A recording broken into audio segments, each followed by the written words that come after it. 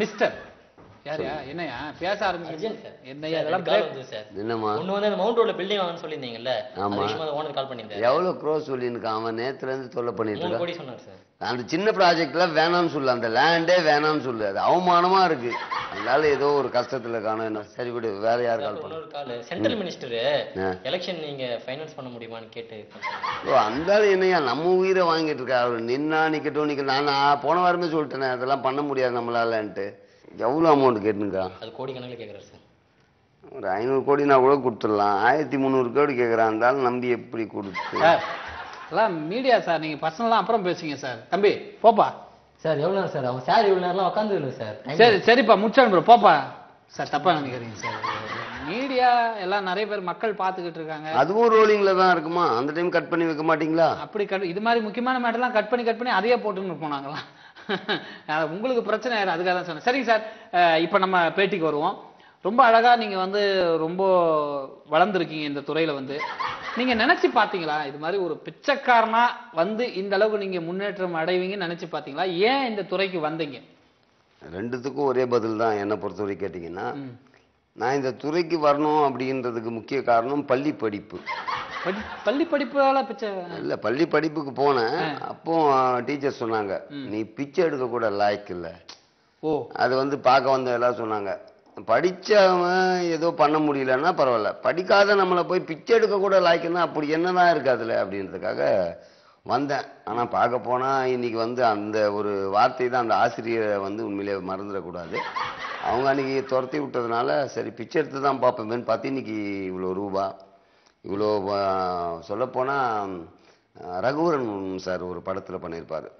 எத்தனை மாலை மரியாதை சாயந்தரம் ஒவ்வொரு நாள் எத்தனை பேர் வந்து என்ன பாக்குறா பாத்தியா எவ்வளவு நிதி கேட்கிறேன் கேட்டியா நிதி இருக்கட்டும் ஒவ்வொரு பொருளும் ஒவ்வொரு அப்படின்னு பேசுவார் இல்லையா அந்த மாதிரி இப்ப மாலை மரியாதை பேட்டி அது கொஞ்சம் பிஸியாவே போயிட்டு பெரிய விஷயம் சார் உண்மையிலே இந்த பிச்சை எடுத்து இன்னைக்கு வந்திருக்கீங்க சரிங்க சார் உங்களுக்கு கல்யாணம் வந்து எங்க நடந்தது எந்த சட்டத்தில் நடந்தது நியூயார்க்ல தான் கல்யாணம் வச்சிருந்தேன் நியூயார்க்ல கல்யாணமா ஏன்னா இங்க உடனே நீங்க சொல்ற மாதிரி இப்போ டிவில ஒரு நிமிஷம் பேசுறதுக்கே வந்து ரைடு வந்துருவாங்க நாங்க இல்லையா அதனால நியூயார்க்ல மேரேஜ் வச்சுட்டு ரிசப்ஷன் இங்க வச்சிருக்கேன் ஓகே சார் உங்களோட நிகழ்ச்சியோட நிறைவு பகுதிக்கு வந்திருக்கோம் உங்களோட எதிர்கால திட்டம் என்ன பண்றதா பிளான் வச்சிருக்கீங்க அதாவது இப்போ நான் இந்த பதவிக்கு வர்றதுக்கே நிறைய திட்டங்களை அறிவிச்சு தான் வந்தேன் அது ஆக்கப்பூர்வமான திட்டங்கள் கொடுத்துருந்தேன் ஆமா இப்ப பதவிக்கு வர்றதுன்னா நிறைய பேர் வந்து அனௌன்ஸ் பண்ணிட்டு தான் இருப்பாங்க இதை பண்ண போறாது நீங்க என்ன நான் வந்து வீட்டுக்கு ஒரு டின்னு வாட்டர் வைப்பாங்க இல்லையா ஓ டேங்கா அது வந்து வீட்டுக்கு ஒன்று கொடுத்தோம்னா நிறைய வீட்டு ஓட்டு கிடைக்கும் அது வந்து ஃபேமிலியா இருக்கணும் தனிப்பட்ட நபருக்கெல்லாம் தர முடியாது இந்த வந்து ஆண்களுக்கு என்ன கொடுத்தான்னா தண்ணி சரக்கு 1 வருஷத்துக்கு ஃப்ரீ ஓ அப்போ குடும்பத்துல இருக்கிற பெண்களுக்கு கவர் பண்றதுக்காக நீங்க வந்து குடிக்கிற தண்ணிக்கு டேங்க் கொடுத்துறீங்க குடிக்கிறதுக்கு தண்ணி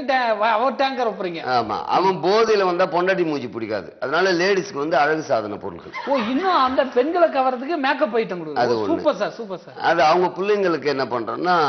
1 வருஷத்துக்கு ரீசார்ஜ் லவர் கூட யாருக்கிட்டனாலும் பேசிக்கலாம் ஓ அப்படியா லவ்வர்ஸ்க்கு வந்து அந்த மாதிரி டாப் அப் டாக்டர் 1 இயருக்கு பண்ணி கொடுத்துருங்க 1 இயருக்கு பண்றோம் இந்த புதுசா ஓட்டுக்கு வராங்க இல்லையா அவங்க எல்லாம் டச் மொபைல் அதாவது முறையா இப்ப வந்து எலெக்ஷனுக்கு அவங்க ஓட்டு போடலான்னு உரிமை தான் இப்படி கொடுத்தனா எவனா ஜெயிக்கலாம் ஆனா இவ்வளவும் கொடுக்க மத்தவங்களால முடியாது ஆமா நீங்க கொடுத்துடலாம் நம்மளால கொடுக்க முடியும் சரி சார் உங்க சங்கத்துல வந்து எத்தனை வயசுல வந்து எலெக்ஷன் ஓட்டு போடலாம் உங்களுக்கு எங்களுக்கு வந்து சங்கத்துல முதல்ல மெம்பர் ஆயிட்டு செயற்குழு பொதுக்குழு அதுல இருக்கிறவங்க தான் ஓட்டு போடணும் அதுக்கு வந்து ஒரு 83.48 அது நீங்க சொல்லக்கூடாது வெளியே அது விட்டுருங்க அது சொல்ல முடியாது இல்ல உங்களுக்கு உங்க ஓட்டு போடுற வயசு உங்களுக்கு பிச்சைக்கார சங்கத்துக்கு எவ்வளவு என்ன எந்த வயசுலனாலும் ஓட்டு போடலாம் நீ பிச்சை எடுக்க தகுதி வேணும் சந்தோஷம் சார் ரொம்ப அழகா சொன்னீங்க காலப்போக்கில் நான் இங்க பேசின இந்த கொஞ்ச நேரத்துல உண்மையிலேயே நம்ம ஏன் இந்த துறையை தேர்ந்தெடுக்க கூடாது ஏன் நம்ம இந்த துறையை போய் மிகப்பெரிய பெரும்புள்ளியா ஆகக்கூடாது ஒரு பணக்கார வரிசையில நம்மளும் ஏன் வரக்கூடாதுன்ற ஒரு எண்ணத்தை நீங்க உள்ள விதைச்சிருக்கீங்க இந்த விதையா விதைச்சது கண்டிப்பா ஒரு நாள் முளைச்சி செடியாகி மரமாகி விதை போட்டு அது பெரிய அளவில் வளரும்ன்ற நம்பிக்கை உங்களுக்கு இருக்கோ இல்லையா எனக்கு இருக்கு ரொம்ப சந்தோஷம் sir thank you sir thank you sir thank you sir நேயர்களே இதுவரை நம்மளுடைய duggle.com நிகழ்ச்சியில் மிகப்பெரிய